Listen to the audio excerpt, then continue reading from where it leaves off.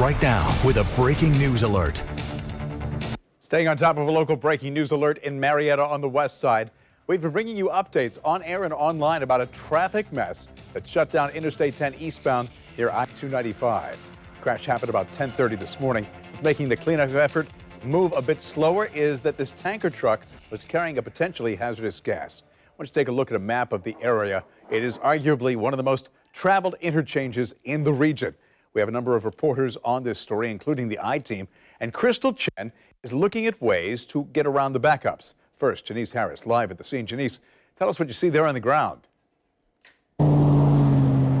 Well, there are still a lot of people on the ground. We're on the I-10 westbound side. Now, traffic is coming, but it's definitely dwindled down. If you look all the way to my right, you will see I-10 eastbound is completely shut down. But right now, the main focus is here with this tanker that you see is still overturned. You can see to the left and to the right of the tanker, there are those heavy-duty, larger tow trucks that are going to attempt to pull this tanker and bring it back onto its wheels. However, for at least the last hour prior to this, we've been watching fire and rescue crews as they have been working to make sure it's a secure area. As you mentioned, a hazardous material that was reported to us, and we have been told that that hazardous material is called hexene. I looked that up. It is extremely flammable, extremely dangerous, which is one reason why there has been so much caution here during this incident. But as you can see, traffic is slowly coming in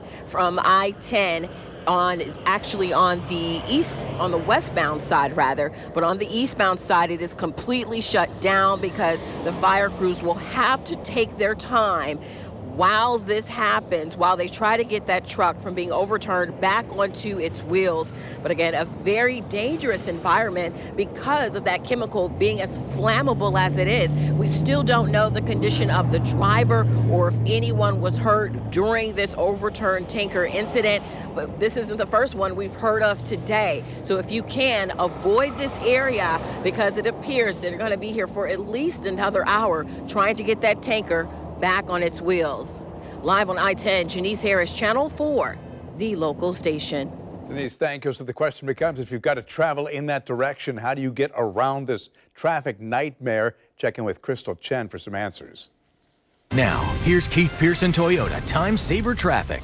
Thanks, Grace. Well, this nightmare is going to affect those of you heading in from Baldwin, headed eastbound in toward town. We've got a lot of people sitting in standstill traffic right now. This is I-10 eastbound heading toward 295. All this purple just shows where those lanes are blocked.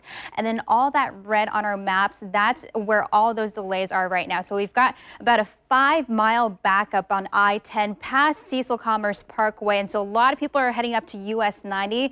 That's one good route to take, but we are seeing backups on US 90 and also down toward Normandy, another good route to take. But also you want to give yourself some extra time right now if you're headed eastbound on Normandy and US 90. Again, when those lanes open back up, we'll make sure to let you know. Dr. Keith Pearson, Toyota, Time Saver Traffic. I'm Crystal Chen. Crystal, thank you. So as soon as we learned it was hexene that leaked, we wanted to know, what is it? The I-Team's Lindsay Gardner is in the newsroom with that part of the story. Lindsay, so what is it? Well, Bruce, as Janice was mentioning, hexene is extremely dangerous. It's highly flammable, and it's vapor with air mixtures. If they mix, they can become explosive. Now, this is all according to the CDC. It is colorless, but it does have a distinct odor similar to gasoline. It's used in fuels. It's also used to make perfumes, dyes, plastic resins, and even some flavoring. The CDC says the vapor from hexene is heavier than air, and it can travel along the ground, and it can ignite even from a distance. Hazmat crews have their work cut out with them on this one, though. Anyone in the area needs to know this can be absorbed into the body by simply breathing it in. Inhaling hexene gas can cause cough, dizziness, drowsiness, nausea, sore throat, vomiting, even unconsciousness. It can also cause red eyes and dry skin. Bruce? All right, Lindsay, thanks. Now we have an expert on the line talking about the dangers of this potentially hazardous gas. Sheldon Reed is the executive director of the Fire Academy of the South. Sheldon, we just heard Lindsay talking about the danger of this gas. It can travel. It can ignite from a distance. People can ingest it. How do they corral that spill? Well, The basic assessment, obviously, the tank integrity hasn't been breached, so it made the firefighters' jobs a lot easier. If there had been a breach, then you're looking at vapors that are heavier than air, and you would try and disperse those, cover them with foam, do some things in order to reduce that flammability range. It looks like they were very fortunate that the tank integrity has been maintained, and so subsequently the process would be they would offload to another tank, and then they can right the vehicle.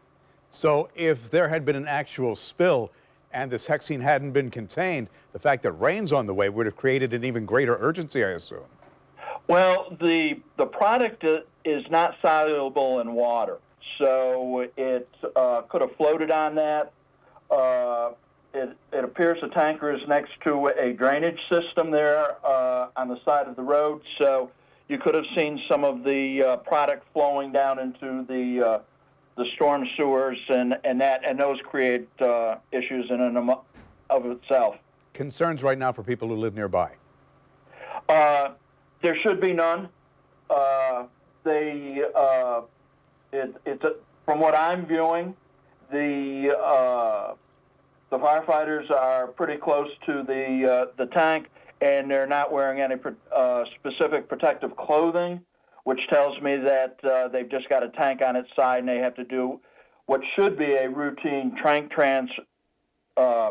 transfer, and then just right the truck. JFRD does this on a regular basis, and their hazmat team are experts at doing this, so there should be no concern to the neighborhood. So the bottom line is they're on top of it. Nothing actually spilled. It's been contained in the tanker. They'll transfer it, so everybody should be good to go. Sheldon Reed, thank you. Appreciate your insight. We've been keeping you updated on this breaking news with push alerts on our mobile app, and download the free app if you don't have it by searching WJXT. Enable notifications. New information about a deadly crash in St. Johns County. It still has both lanes of County Road 210 shut down. They've been closed for the past 5 hours. An SUV crossed the center line and collided with a dump truck, killing the woman driver of the SUV. This happened about 7 this morning near Southampton Club Parkway in St. Johns County. Sky 4 flew over the scene.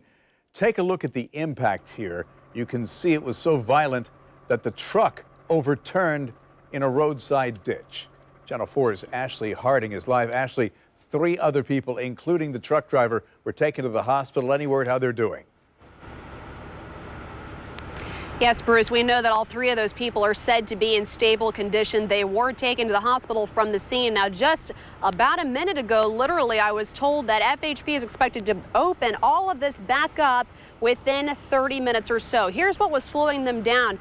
As part of the impact of this crash, was a large gouge that was left in the roadway. For perspective, is about this big. They had to wait for FDOT to get here to start fixing the road, but luckily this is going to reopen in about 30 minutes. I'll step out of the way and show you. You cannot see the semi very easily because it's on the wrecker right there, but they are working to remove this semi from the scene that has been there since this accident happened. Now, here's how the crash happened. FHP says after the driver of the blue SUV crossed the center line and hit that semi, her car spun from there, then hit the red Mazda you can see in this video. You can see the impact of the crash again caused that semi to flip over into the ditch. Now, the driver of the blue SUV, she died here at the scene. 2 people were inside the Mazda. They are expected to be okay, as is the driver of the semi.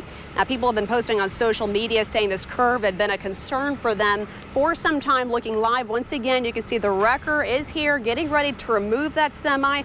Like I said, FHP tells me as we were just standing by to go live, we were told that this is going to reopen in roughly 30 minutes. Of course, we will keep you updated on news4jax.com and through social media. Reporting live, Ashley Harding, Channel 4, the local station. Ashley, thank you. Glynn County Police want people living in Brunswick to be on the lookout for a fugitive from North Georgia. U.S. Marshals tell News4Jax he is armed and dangerous. That's Charles Pinckney. He was convicted of statutory rape and child molestation. Disappeared during his trial. Pinckney is about 6 feet tall, weighs 180 pounds.